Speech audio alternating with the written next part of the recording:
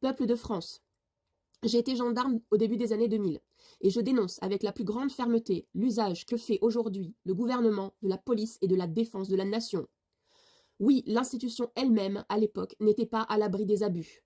Je suis bien placée pour en parler, je suis la première femme à être arrivée en gendarmerie maritime, et si je n'ai pas pu déposer de plainte pour harcèlement moral et sexuel, c'est parce que malheureusement, les militaires de l'époque avaient trop peur de leur hiérarchie pour témoigner à visage découvert de ce qu'ils avaient eux-mêmes constaté. Mais malgré tout ce que je peux leur reprocher, tous ces gens que j'ai côtoyés il y a plus de 20 ans n'auraient jamais accepté que leur engagement, leur intégrité et leur sens de la nation soient utilisés à des fins de répression injustes et anticonstitutionnelles contre des populations qui ne font qu'exercer leur droit de manifestation et de désobéissance civique face à un gouvernement qui gouverne par la peur et par le mensonge.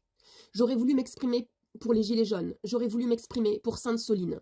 Mais le système ultra-capitaliste a eu raison de ma santé. J'ai traversé plusieurs années de maladie et de handicap sans relâche, durant lesquelles j'ai lutté sans relâche pour mes droits, avec trop peu d'énergie et de force pour mener des actions militantes ou politiques. Aujourd'hui, grâce à Dieu, j'ai recouvré une partie de ma santé et je la remets en jeu, à peine retrouvée en m'exposant publiquement, tout en sachant qu'il me faudra sans doute justifier plus tard de la véracité de chacun de mes propos. Mais s'il faut le faire, je le ferai. Parce que mes camarades, ma famille, mes amis, le peuple français tout entier, nous sommes à un point de bascule. La balance est en train de pencher de l'autre côté, il reste peu de choses avant que nous franchissions définitivement le point de non-retour et basculions dans un monde dystopique digne de Hunger Games, de Divergence, de 1984 ou toute autre œuvre de fiction qui décrive un monde où le peuple ne peut plus rien faire face à des élites dirigeantes dont le seul objectif est de s'en mettre plein les poches, quitte à laisser crever le reste du monde et de la planète. J'en appelle donc à tous mes anciens camarades de l'institution et des armées, à leurs familles, à leurs amis. Vous savez très bien ce que pensent vos proches, même s'ils ne peuvent pas le dire. Soyez les porte-paroles de celles et ceux qui servent encore sous les drapeaux, car non, ils ne sont pas d'accord avec ce qu'il se passe aujourd'hui. Ils ont simplement signé un contrat et risquent de lourdes sanctions s'ils osent dire tout haut ce qu'ils pensent, alors que pour la plupart ils sont profondément opposés à ce qui est en train de se produire en France. Les 9 personnes qui ont baissé les armes hier ne sont pas les seuls à penser qu'il faudrait le faire, mais le poids de la hiérarchie, le poids du quotidien, la peur des conséquences dans une semaine, un mois, un an, sur leur carrière, les contraignent au silence.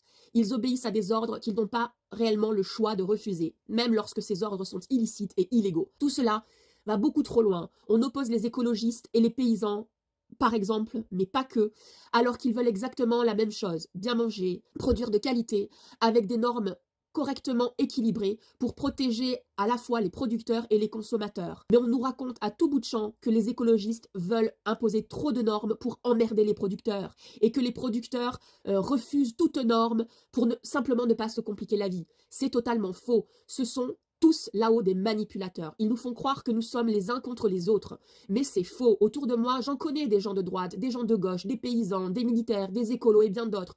Tous, quand je les écoute, veulent la même chose, vivre mieux, vivre ensemble, vivre dans la paix. Et nous en sommes capables uniquement si nous, peuple français, reprenons la main sur notre destinée. Nous faire croire que nous serions prisonniers de l'Europe est totalement faux. Ce n'est pas parce que Sarkozy nous a trompés en signant un traité validant la Constitution européenne que nous ne voulions pas, qu'il nous a condamnés à subir des choix économiques et écologiques que nous ne voulons pas. Se désengager de certaines orientations européennes ne signifie ni quitter l'Europe des nations, ni renoncer à une Europe forte et culturellement unie. Cela signifie simplement refuser une oligarchie européenne qui utilise l'Europe comme un outil pour s'enrichir. Nous pouvons être européens et défendre aussi la souveraineté des peuples nationaux. Le Mercosur est une connerie monumentale. J'ai étudié les traités de libre-échange dès les années universitaires quand j'étudiais les civilisations et les économies d'Amérique du Sud.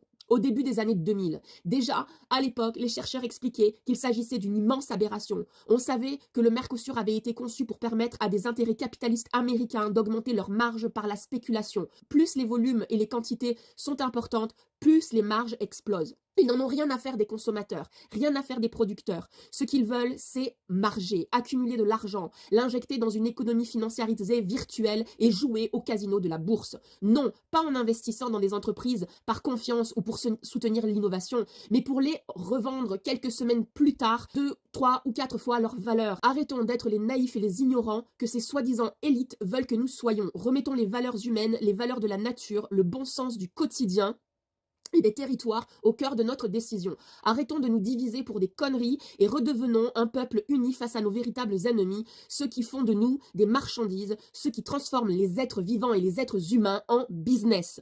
Partagez cette vidéo et faites-en vous aussi, témoignez de ce que vous avez vécu, arrêtez de vous taire parce que vous avez peur de quoi que ce soit. Maintenant, on doit arrêter cette connerie, on doit vraiment tous se joindre les mains et arrêter de se quereller pour des broutilles. Nous sommes tous humains, nous allons tous crever, comme disait ma grand-mère et mon grand-père, on va tous aux chiottes quand on a envie de chier. Donc maintenant, il est temps tous ensemble de se prendre par la main et de foutre dehors ces gros connards.